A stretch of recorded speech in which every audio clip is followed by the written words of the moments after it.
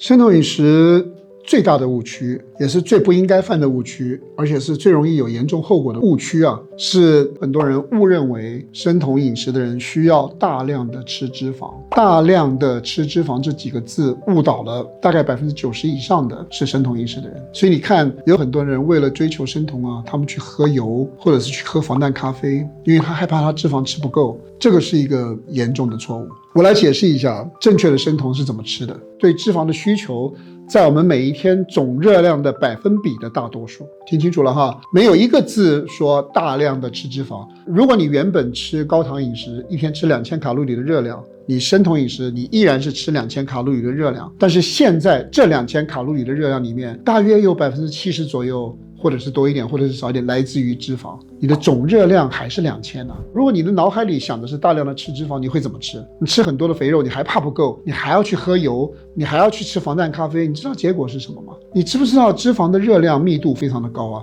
？1克的脂肪是9个卡路里啊，1克的碳水化合物和1克的蛋白质只有4个卡路里啊，所以你1小杯的油脂喝下去了，100克的脂肪喝下去了，900个卡路里啊，就1小杯啊，你一天只需要2000呢，这1小杯就已经占了接近50%了。你还有其他的各种各样的肥肉，还有各种各样的脂肪，所有认为要大量吃脂肪才是正确生酮饮食的人，总热量都严重超过你身体需要的了。很多人会认为说身体在燃烧脂肪啊，我就吃多了脂肪以后，我身体把它燃烧掉了。可是你身体一天所需要消耗的热量就这么多啊，如果你的身体一天只需要消耗2000，你吃进去了4000，它怎么用得完呢？你一天24小时都跑步吗？你要如何把你超过的热量用完？超过的这个热量的来源都是脂肪，这些脂肪啊，很不容易变成体脂肪存下来的，很不容易。我们身体要储存脂肪，必须胰岛素在比较高的地方，身体才会储存脂肪。可是因为我们生酮饮食的人严格控制碳水化合物的摄入了，我们的胰岛素没有这么高，所以我们储存脂肪的能力比较低啊。你吃进去的这些脂肪的热量去哪里了？身体燃烧不掉，先到你肝脏的细胞里面去。如果燃烧得掉的话，在我们消化系统抓到乳糜微粒里面，还没有来得及去肝脏，就交给肌肉细胞拿去燃烧了。燃烧不掉的就会被带到肝脏细胞里面去了。那么肝脏怎么办呢？肝脏细胞不要的，肝脏细胞只容许少量的脂肪留在肝脏细胞里面，所以大多数的这些脂肪呢，我们的肝脏就会把它装在低密度脂蛋白里面，再送到血管里面去把它送走啊。一般来说它有2个地方可以去啊，一个如果你身体燃烧脂肪的话，它就下给我们的肌肉细胞拿去燃烧了。可是你饮食里面吃了这么多的脂肪用不完呢，所以它下不掉，你不燃烧啊。一般来说它可以去的第2个地方，就到你身体的体脂肪去把它储存起来，让你变胖。可是你胰岛素又在第一位，它也储存不起来啊，它留在你的低密度脂蛋白里面。你的低密度脂蛋白原本是要把它里面的货物下完以后回到肝脏去继续再装货再出来送货的，可是这个时候你的低密度脂蛋白回不去肝脏啊，因为它下货没下完啊。低密度脂蛋白如果在我们的血管里面停留的时间太长了，它就会氧化了。低密度脂蛋白氧化了，最后它就是造成我们血管斑块的主要原材料的来源了。所以低密度脂蛋白里面的甘油三酯太多，是造成血管斑块一个重要的来源了，还有形成炎症的一个重要来源了。可是这还不仅仅如此啊，你的低密度脂蛋白里面有太多的甘油三酯了，下货下不掉，到了一定的程度，你的肝脏呢再送甘油三酯送不出去了，因为血管里面太多了，送不出去了。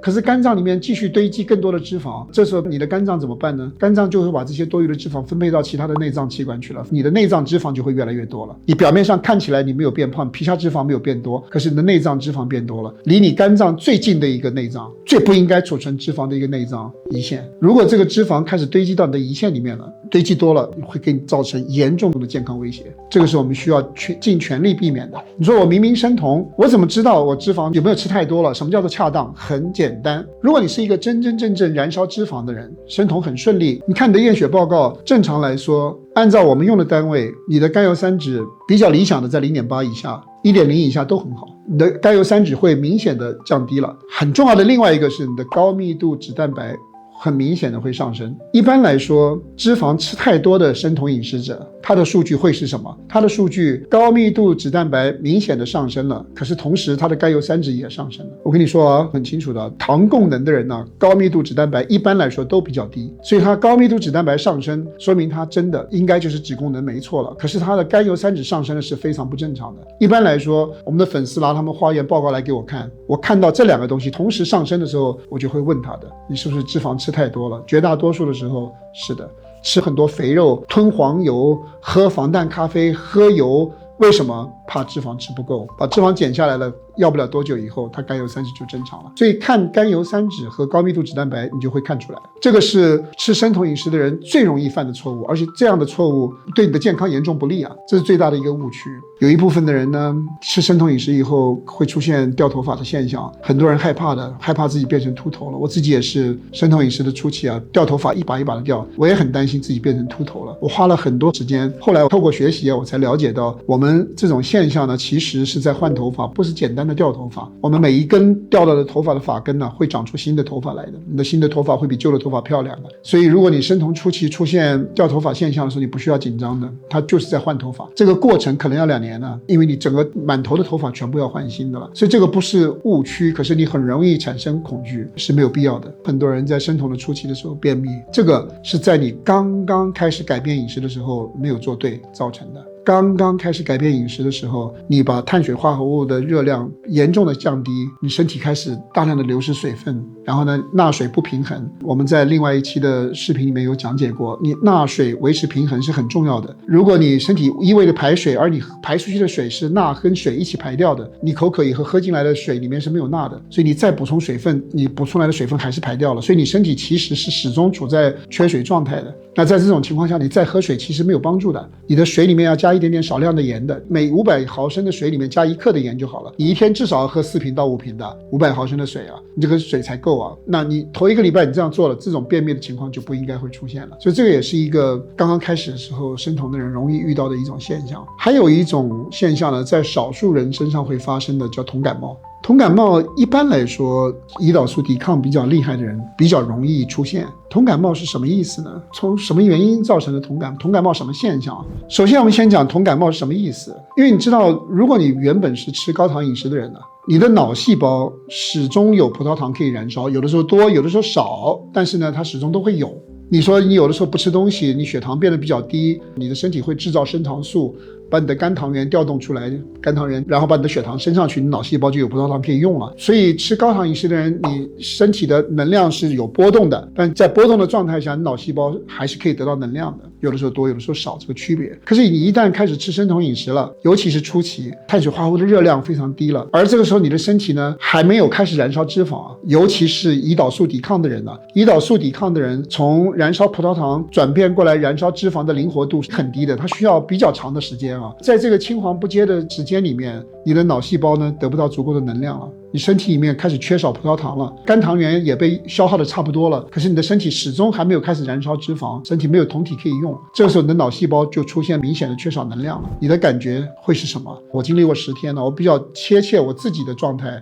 那10天我用行尸走肉来形容差不多呀，脑子就是不好用了，一个人傻傻的。这个酮感冒什么时候会结束呢？就当你身体真正开始燃烧脂肪了，然后呢制造出来的酮体足够多给它供能了，突然之间酮感冒就结束了。所以生酮首先第一，你要了解你自己本身胰岛素抵抗厉不厉害。胰岛素抵抗比较厉害的人要有思想准备，说有可能你要经历的，时间短一点3-5天，时间长一点2个礼拜都有可能。如何缩短酮感冒的进程呢？以前我不懂，现在我懂了。在生酮的时候去散步，如果你有时间的话，早上散步1个钟头，晚上散步1个钟头，有可能避免进入酮感冒，有可能大大缩短酮感冒的时间啊。因为散步的时候，身体所需要消耗的能量全部来自于脂肪。这个时候如果你去散步的话，其实你就是在训练你的身体提高燃烧脂肪的效率。你身体燃烧脂肪的越顺利越多，身体制造的酮体就越快，那么脑部得到能量的机会就越高。所以去散步对你预防酮感冒或者是提早一点结束酮感冒会有很大的帮助。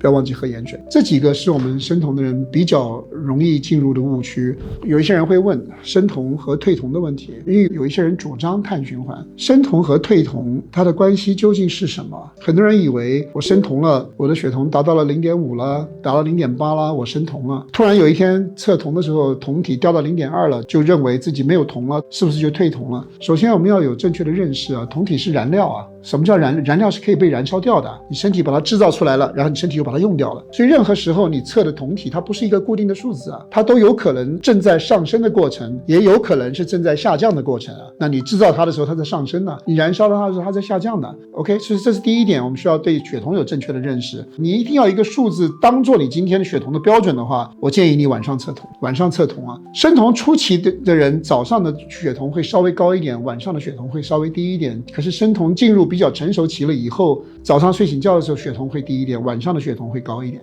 根据这些大学里面研究生酮的教授的说法，你可以把你一天当中最高的那一次血酮记录当做你今天的血酮记录，所以你可以晚上测。一般来说晚上你可以测到你的最高的血酮，你把那个当做你今天的血酮就 OK 了。其他的时候它在波动，你不用去理它了。那退酮是什么意思？记不记得我们讲生酮的目的是什么？生酮的目的是为了恢复我们的代谢灵活度。只要你没有失去你的代谢灵活度，你都不叫做退酮。你在燃烧脂肪，然后你吃到了一点碳水化合物，你的身体转变过来燃烧碳水化合物，在这个时候有可能因为碳水化合物的关系，你的胰岛素稍微上升了一点了，如果去测血酮的话可能测不到了，胰岛素是压制血酮的，所以这个时候你去测血酮，你说哎呀糟糕我退酮了，它是因为胰岛素压制了。你有代谢灵活度的人，葡萄糖你燃烧完了以后马上又转过来燃烧脂肪去了，过几个小时以后你又可以测出酮体来了，这个不叫做退酮啊。你有足够的代谢灵活度，退酮仅仅是一个名词而已啊，你不需要考虑退酮与不退酮。所以我说我并不建议你去刻意的碳循环，